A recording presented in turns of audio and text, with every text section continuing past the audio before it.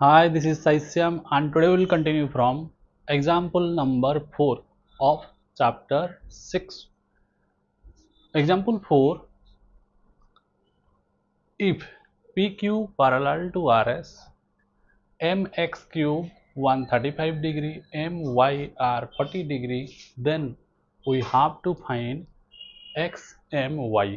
अगर PQ के साथ RS parallel है, ये जो एंगल है this one is 135 and this one is 40, then what we have to find out, हमें एक्स एम वाई ये एंगल की वैल्यू निकालना पड़ेगा। सो आंसर करने के लिए हमें क्या करना पड़ेगा?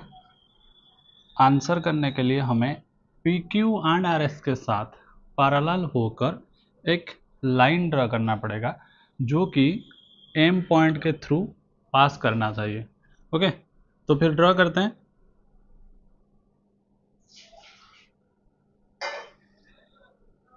तो ये जो लाइन है, ये जो लाइन है जो कि P Q and R S के साथ क्या है, पैरेलल है, इस लाइन का नामकरण कर देते हैं ए बी। अब P Q A B and R S ये तीनों क्या है, एक दूसरे के साथ पैरेलल है। क्यों? क्योंकि हमने जो लाइन ड्रॉ किया वो ऑलरेडी एक पेयर ऑफ पैरेलल लाइंस के साथ पैरेलल होके जा रहा है। ओके, अब हमारा आंसर आसानी से निकल जाएगा। देखो, अब 135 के साथ ये जो ऊपर वाला एंगल है, मतलब X M B plus 135 equals to 180 degree. क्यों? X M B plus 135 degree equals to 180 degree. ये कौन सा प्रॉपर्टी के साथ जाता है?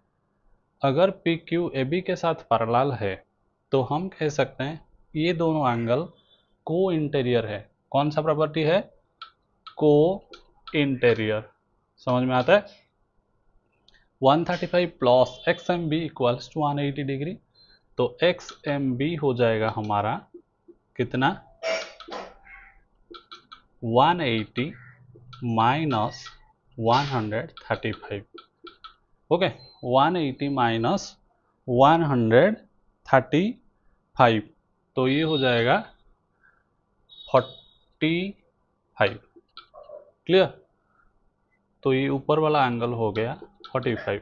अब ये पूरे एंगल के लिए हमें क्या चाहिए? ये नीचे वाला हिस्सा भी चाहिए।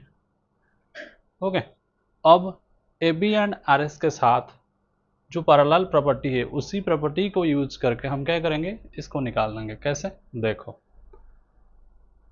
Y M B and M Y R क्या है? Y M B and M Y R ये दोनों इक्वल है। क्यों इक्वल है भाई? क्योंकि अल्टरनेट इंटीरियर एंगल्स है। क्योंकि ये दोनों अगर पैरेलल है, A B parallel R S, तो हम कह सकते हैं this one equals to this one, इसलिए कि ये दोनों अल्टरनेट इंटीरियर है। क्या है? Alternate interior. और ये 40 डिग्री ऑलरेडी गिवन था, तो ये भाई साहब भी 40 डिग्री हो जाएंगे। समझ में आ गया? अब 45 plus 40 simply X M Y हो जाएगा हमारे सामने कितना, एक्स एम वाई हो जाएगा 45 प्लस 40 इक्वल्स टू 85। क्लियर? समझ में आ गया? ये वाला प्रॉपर्टी को यूज करना है एंड आंसर निकल जाएगा। क्लियर? ये था एग्जाम्पल 4। एक्स एम वाई हमारा निकल गया कितना, 45 प्लस 40 दैट मीन्स 85। चलते हैं एग्जाम्पल 5 के पास। Example number 5, if a transversal intersects two lines such that the bisectors of a pair of corresponding angles are parallel. Okay, then prove that the two lines are parallel. Here एक transversal दो line को क्या कर रहा है, intersect कर रहा है। देखते हैं, ये दो लाइन्स है,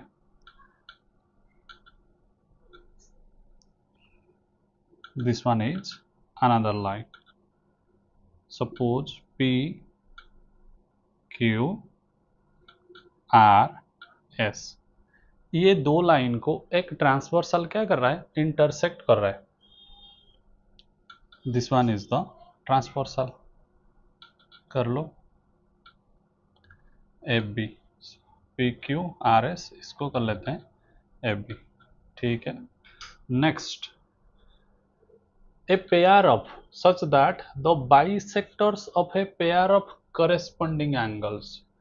एक पेयर का करेस्पॉन्डिंग एंगल पहले क्या करेंगे, चूज करेंगे। करेस्पॉन्डिंग कौन होता है, इसके साथ ये होता है करेस्पॉन्डिंग। क्लियर। ए, इसका नाम दे दो M N, A M Q के साथ M N S क्या है, करेस्पॉन्डिंग है। ओके। एंड क्वेश्चन बोलता है कि बाइसेक्टर्स क्या है, bisectors of pair of corresponding angles are parallel. मतलब ये जो पेयर हमने चूज किया है करेस्पॉन्डिंग एंगल्स, उसका बाइसेक्टर निकालेंगे। कैसे निकालते हैं देखो, कलर चेंज कर देते हैं। इसका बाइसेक्टर, बाइसेक्टर होता क्या है, बाइसेक्टर मतलब ये जो M, इसको कर लेते हैं AB PQRS MN XY कर लेते हैं X। मतलब ये एंगल जितना ये भी उतना, इसलिए MX AMQ का बाइसेक्टर है। या फिर हम कह सकते हैं अगर ये बाइसेक्टर है मतलब ये दोनों एंगल के वैल्यू क्या है, इक्वल हो जाएगा। अगर ये टोटल 60 है तो ये 30, ये 30 हो जाएगा। क्लियर। सेम ये करस्पॉन्डिंग एंगल का पेयर है MNS, यहाँ पे भी क्या करना है, एक बाइसेक्टर ड्रा करना है। कर लो बाइसेक्टर। ओके, इसका कर लो Y, ठीक है, इसका कर लो Y। अब ये अगर बाइसेक्टर है तो हम कह सकते हैं ये जितना ये भी उतना। ओके। अगर ये 90 है तो ये 45, ये 45 होगा। अगर ये 50 है तो ये 25, ये 25 होगा। अब ये पिक्चर हमें क्वेश्चन में नहीं मिला था, ये खुद ड्रा करना पड़ेगा। क्लियर। चलते हैं आगे। बोल रहा है prove that the two lines are parallel. मतलब हमें प्रूव करना है कि पी क्यू के साथ आर एस क्या है, पैरेलल है। टू प्रूव, क्या प्रूव करना है, ये प्रूव करना है कि P Q parallel to R S. Okay. क्या गिवन है हमें, गिवन ये है कि M X and N Y are parallel. Given क्या है, गिवन है M X parallel to N Y. बोला है bisectors of corresponding angles are parallel. ये बाइसेक्टर है, ये बाइसेक्टर है, ये बाइसेक्टर है, ये दोनों क्या है, पैरेलल है। तो हमें प्रूव क्या करना है, P Q parallel R S. तो अगर पी क्यू आर एस के साथ पैरेलल होगा तो कोई भी एक करस्पॉन्डिंग एंगल्स को हम अगर इक्वल कर लेंगे तो हो जाएगा। ऑलरेडी हमारे सामने क्या है, ये करस्पॉन्डिंग एंगल्स है। अगर हम ए एम क्यू को एम एन एस के साथ इक्वल कर देंगे तो हमें क्या होगा, ये P Q and R S parallel मिल जाएगा।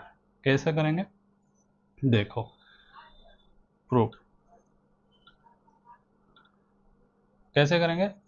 अच्छा, अगर M X parallel N Y है, ये इसके साथ पैरेलल है, एम एक्स एन वाई के साथ पैरेलल है, एंड ए बी ट्रांसवर्सल है। क्या है, ए बी ट्रांसवर्सल है। तो हम कह सकते हैं A M X equals to M N Y, कह सकते हैं या नहीं।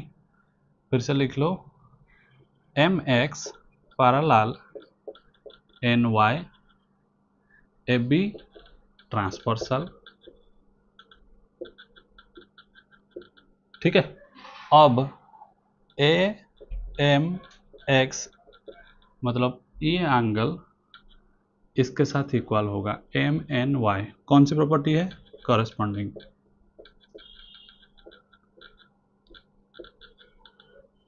समझ में आ गया?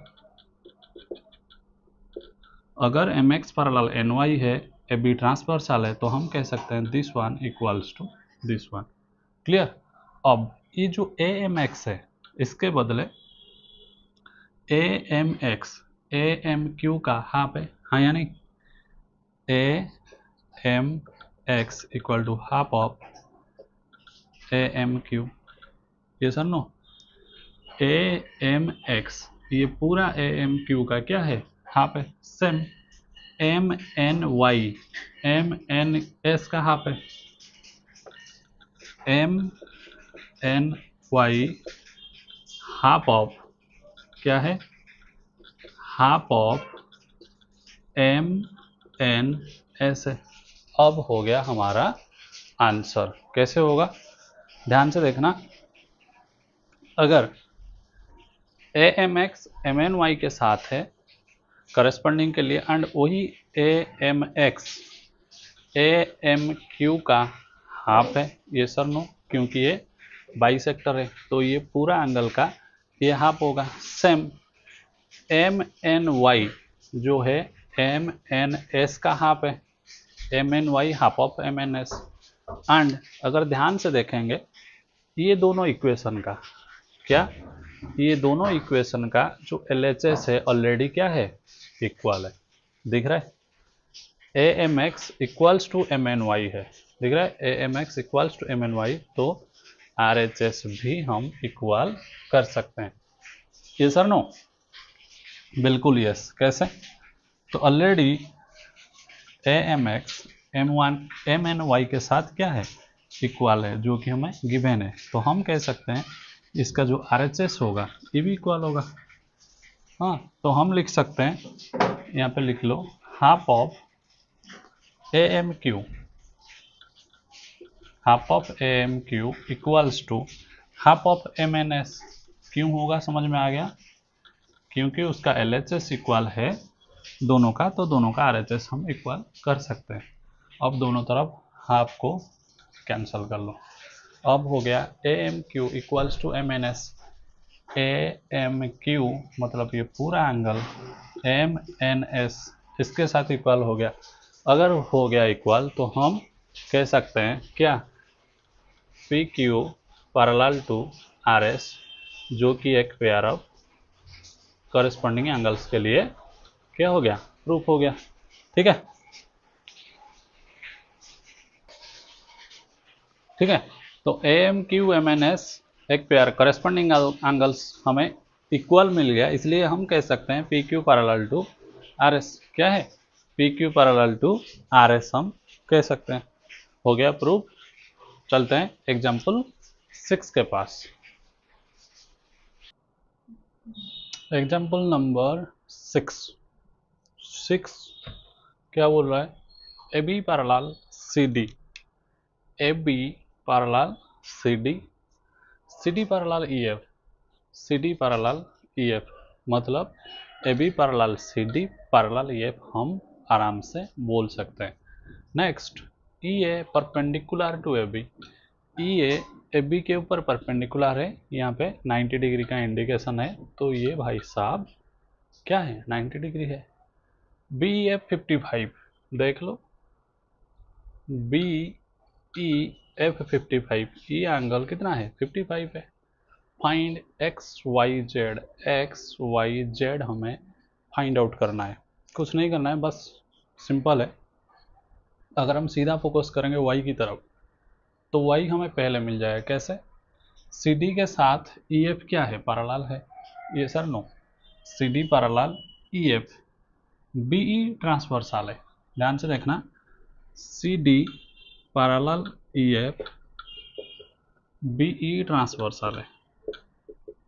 ओके, BE ट्रांसवर्सल, ये पता करना इम्पोर्टेंट है कि which one is the transversal.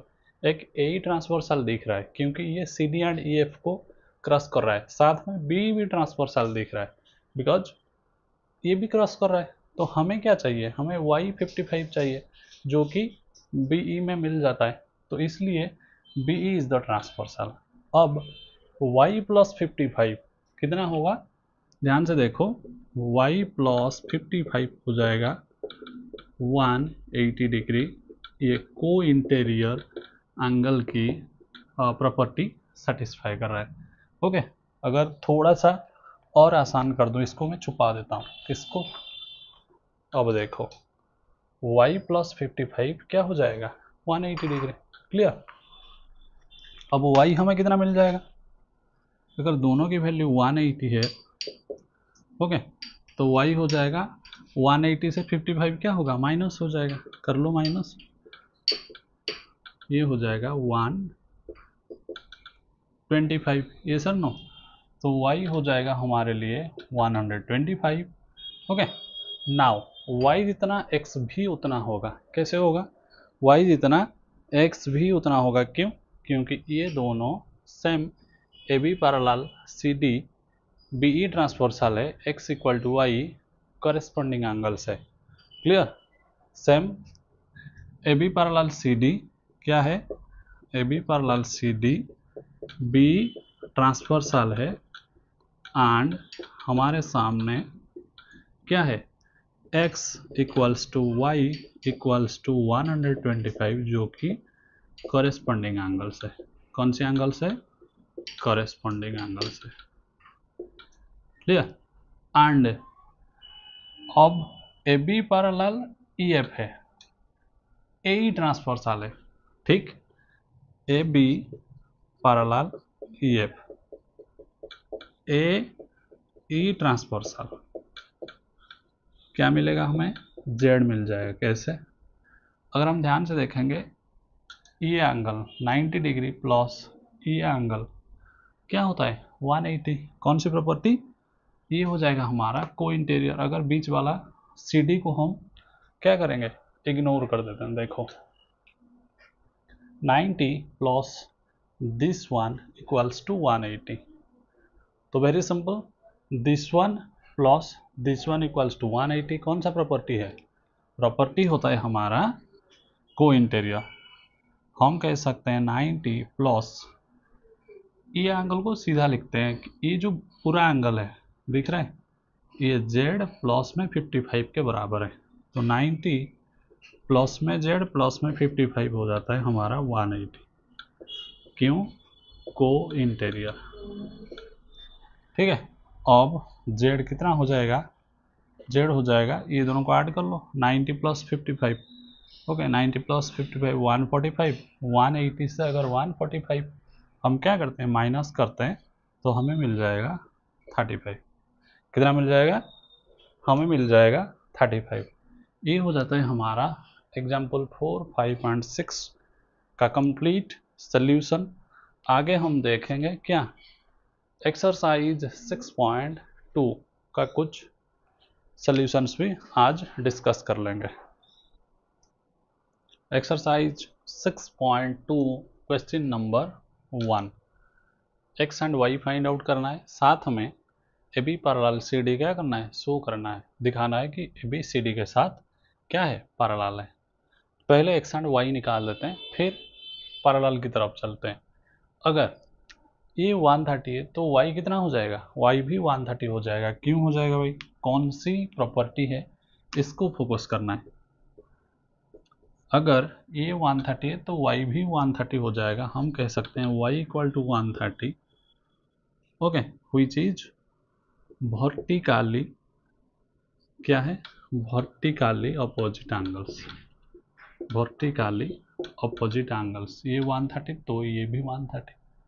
अब x कैसे मिलेगा, 50 प्लस एक्स, क्या 50 प्लस एक्स इक्वल्स टू 180 होगा, क्यों होगा, क्योंकि ये लीनियर पेयर हो जाता है, एक स्ट्रेट लाइन के ऊपर ये दोनों आ जाते हैं, ओके, लीनियर पेयर लिख सकते हैं क्योंकि एक स्ट्रेट लाइन के ऊपर ये दोनों आ जाते हैं। अगर 50 प्लस एक्स 180 है तो x हो जाएगा हमारा 130, क्योंकि 50 उस तरफ जाएगा, तो 180 से 50 माइनस, तो x हो जाएगा 130। अगर ये 130 है एंड ये भी 130 है, तो ये दोनों एंगल इक्वल हो गया, हाँ या नहीं? x इक्वल्स टू y हो गया, बट जो x एंड y है ये दोनों क्या है? ऑल्टरनेट इंटीरियर एंगल से। क्या है? ऑल्टरनेट इंटीरियर एंगल से। अगर एक पेयर का ऑल्टरनेट इंटीरियर एंगल इक्वल हो जाता है तो हम कह सकते हैं A B parallel C D. क्या कह सकते हैं? A B parallel C D, जो हमें क्या करना था?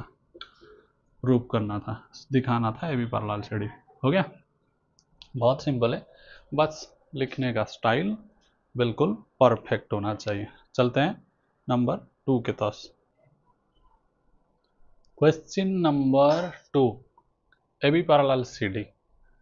A B parallel C D. Next C D parallel E F. C D parallel E F, तो हम कह सकते हैं A B parallel C D parallel E F. Y is to Z 3:7 है। वाई एंड जेड का ratio कितना है? 3:7 है, तो एक्स की वैल्यू हमें फाइंड आउट करना है। Very simple. अगर y इज टू जेड 3:7 है तो हम क्या करेंगे? पहले कलर चेंज करेंगे। हम क्या करेंगे? पहले y एंड z को कुछ मान के चलते हैं। लेट, अगर दोनों का रेशियो गिवन है तो y इक्वल टू, मैं लिख रहा हूँ 3p, z इक्वल्स टू लिख रहा हूँ 7p। नॉर्मली हम क्या करते हैं? 3x 7x कर लेते हैं, ओके, कि x के साथ हम हैबिचुएटेड है, बट x नहीं करेंगे इसलिए कि यहाँ पे ऑलरेडी एक x है तो कंफ्यूज हो जाएगा। ध्यान से, x यहाँ पे है, अगर मैं लिखूँगा 3x 7x तो फिर प्रॉब्लम हो जाएगा, इसलिए 3p 7p जो अल्फ़ाबेट यहाँ पे यूज नहीं हुआ है। ओके, तो अगर y 3p है, z 7p है, तो हम कह सकते हैं ये y के सामने वाला एंगल ये भी हो जाएगा 3p। क्यों? इसलिए कि ये दोनों वर्टिकली अपोजिट एंगल्स है, हाँ या नहीं? ये दोनों वर्टिकली अपोजिट एंगल्स है। अगर ये 3p हमारा है तो ये भी 3p हो जाएगा। अब 3p प्लस z जो है 7p है, ये सर नो, z जो है 7p है, तो हम कह सकते हैं 3p, ये जो 3p है, ओके, ये y इक्वल्स टू ये जो 3p, इसका नाम दे दो, इसका नाम w कर लो। ओके, तो हम पहले लिख ले y equals to w equals to 3p। क्यों है भाई? क्योंकि वर्टिकली अपोजिट एंगल्स है, वर्टिकली अपोजिट एंगल्स। अब हम कह सकते हैं ये w प्लस z, w जो कि 3p है प्लस z जो कि 7p है, ये दोनों का सम हो जाएगा 180। क्यों हो जाएगा? क्योंकि CD के साथ EF पैरेलल है, this one plus this one हो जाता है हमारा co interior. Okay, CD parallel EF 3p plus 7p equals to 180, that means 10p equals to 180 and p equals to कितना होगा? 0 0 कैंसल, p हो जाएगा 18 डिग्री। या फिर 10 को राइट हैंड साइड लेकर डिवाइड कर लो, 180 बाय 10 हो जाएगा कितना? 18 डिग्री। क्लियर? अगर p 18 है, अगर p 18 है तो हमारे सामने y हाजिर है, कितना? 3 इंटू 18। अगर p 18 है तो हम कह सकते हैं y जो होगा वो 3p है। y कितना है? 3p। तो 3 इंटू 18, 3 इंटू 18 हो जाएगा 54। कितना हो जाएगा? 3 इंटू 18 हो जाएगा 54। तो ये जो 3p था ये हो जाएगा 54, ये भी हो जाएगा 54, है या नहीं? अब हमें क्या चाहिए? हमें चाहिए x। हम x को z के साथ रिलेट करके x निकाल सकते हैं, x को y के साथ रिलेट करके भी निकाल सकते हैं, जैसी मर्जी आपकी वैसे ही निकाल लो। हम क्या करेंगे? x को z के साथ में निकाल रहा हूँ। z कितना है? z है 7p। 7p मतलब z हमारा होता है 7p। 7 इंटू 18, 18 7 जा 126। ठीक है, अगर ये 126 है A B parallel to E F हम कह सकते हैं क्योंकि ये इसके साथ पैरेलल है, ये इसके साथ पैरेलल है, तो A B parallel E F होगा। अगर A B parallel E F है and x equals to Z हो जाएगा। क्यों होगा भाई? x इक्वल्स टू जेड होगा, जो कि एक साथ लिख लेते हैं वैल्यू। z का वैल्यू हमारा कितना है? z है 126, तो x equal to Z equal to 126 हो जाएगा। कौन सी प्रॉपर्टी के अकॉर्डिंग? Alternate interior. क्या है? Alternate interior. अगर समझ में नहीं आता है तो फिर इसको 1 मिनट के लिए छुपा दो। देखो बिल्कुल क्लियर है कि A B parallel E F है, ये ट्रांसवर्सल है, x इक्वल्स टू जेड क्योंकि अल्टरनेट इंटीरियर एंगल्स हैं। हटा दो, x equals to Z equal to 126 जो कि अल्टरनेट इंटीरियर एंगल्स है। ये था अप टू नंबर 2 और 4 नंबर्स को नेक्स्ट क्लास में डिस्कस करेंगे।